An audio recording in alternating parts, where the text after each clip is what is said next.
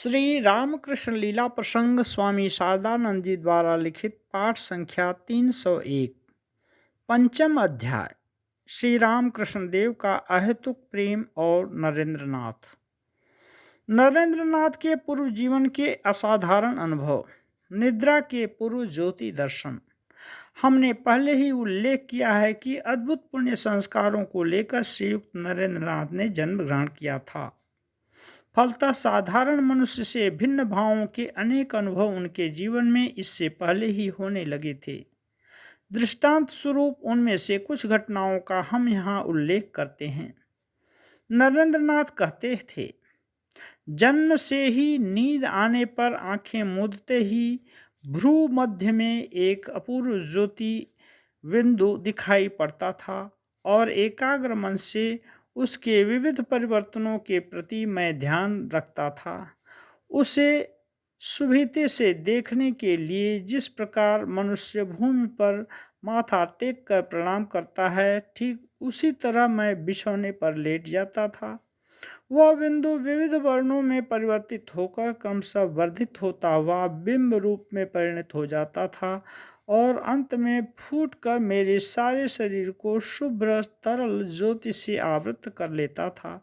ऐसी अवस्था होते ही मेरी चेतना लुप्त हो जाती और मैं निद्रित हो जाता था। मैं समझता था सब मनुष्य इसी ढंग से सो जाते हैं। यह धारणा बहुत दिन तक थी। बड़े होने पर जब मैंने ध्यानाभ्यास करना आरंभ किया तो आंखें मूंदते ही वह ज्योति बिंदु पहले ही सामने आ उपस्थित होता था और उसी में मैं चित्त को एकाग्र कर लेता था। महर्षि देवेंद्रनाथ के उपदेश से कुछ मित्रों के साथ जब मैं प्रतिदिन ध्यानाभ्यास करने लगा, तब ध्यान करते हुए किसे कैसी उपलब्धि होती है, आपस में हम विचार विनिमय करते थे। उस समय उन मित्रों की बातों से मैंने समझा था कि वैसा ज्योति दर्शन किसी को नहीं हुआ और उनमें से कोई भी मेरी तरह उस ढंग से निद्रा में नहीं लेटता है। देश काल पात्र विशेष के दर्शन से पूर्व स्मृति का उदय। बचपन से ही समय समय पर किसी वस्तु, व्यक्ति व स्थान को देखते ही मन में ऐसा भाव उत्पन्न होता मानो उससे मैं विशेष परिचित हूँ। इससे पहले उस वस्तु को कहीं मैंने देखा है।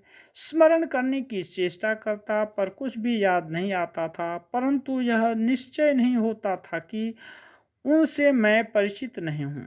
समय समय पर ऐसा भाव मन में उठता था।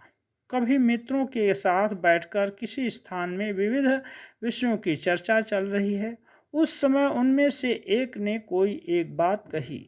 तुरंत मुझे ऐसा लगा कि मानो इस घर में और इन व्यक्तियों के साथ इस विषय पर मैंने पहले भी वार्तालाप किया है और उस समय भी उस मित्र ने ऐसी बात कही थी, परंतु फिर सोच विचार कर मैं कुछ भी निश्चित नहीं कर पाता था कि कहाँ और कब इससे पहले ऐसी बात हुई थी।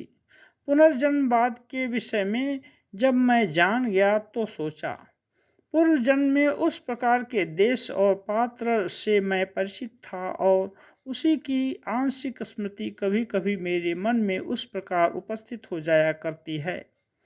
बाद में समझा इस संबंध में इस तरह की मीमांसा ठीक नहीं है। अब मालूम होता है कि इस जन्म में जिन व्यक्तियों और विषयों से मुझे परिचित होना होगा, उन सभी को जन्म से पहले चित्र परंपरा के रूप में मैंने देख लिया है और उन्हीं की स्मृति इस जन्म में मेरे अंतर में उठती रहती है। श्री रामकृष्ण देव की दैवी शक्ति का अनुभव करके नरेंद्रनाथ का विचार और विस्मय। श्री रामकृष्ण देव के पवित्र जीवन तथा सानिध्य होने की बात लोगों के मुख से सुनकर श्रीयुक्त नरेंद्रनाथ उनके दर्शन के लिए आए थे। उन्हें देखकर नरेंद्रनाथ ने कभी स्वप्न में भी कल्पना नहीं की थी कि अपने में किसी प्रकार का अवस्थान्तर या अद्भुत प्रत्यक्ष उपस्थित होगा, परंतु घटना उल्टी हो गई। दक्षिणेश्वर में श्री रामकृष्ण देव के चरणों के समीप आकर निरंतर 2 दिन तक उन्हें जो अलौकिक अनुभव हुए थे, उनकी तुलना में उनके पूर्व दृष्ट अनुभव मलिन और तुच्छ प्रतीत होने लगे और दोनों की तुलना करने से उनकी बुद्धि ने पराजय मान ली। अतः श्री रामकृष्ण देव का मनन करते हुए वे भारी समस्या में पड़ गए, क्योंकि श्री रामकृष्ण देव की अचिंतनीय दैवी शक्ति के प्रभाव से ही उन्हें उस प्रकार के अदृष्टपूर्व अनुभव हुए थे। इस विषय में संदेह करने का उन्होंने कोई कारण नहीं पाया, बल्कि मन में उस संबंध में जितनी आलोचना करते उतना ही विस्मय सागर में डूबते जा रहे थे। नरेंद्रनाथ कहाँ तक उच्चाधिकारी थे?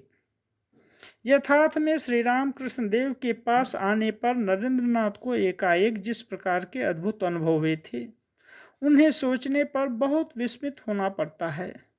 शास्त्र का कथन है, अल्पशक्ति साधारण मनुष्य के जीवन में ऐसे अलौकिक अनुभव बहुत दिनों के त्याग और तप से ही कदाचित उपस्थित होते हैं।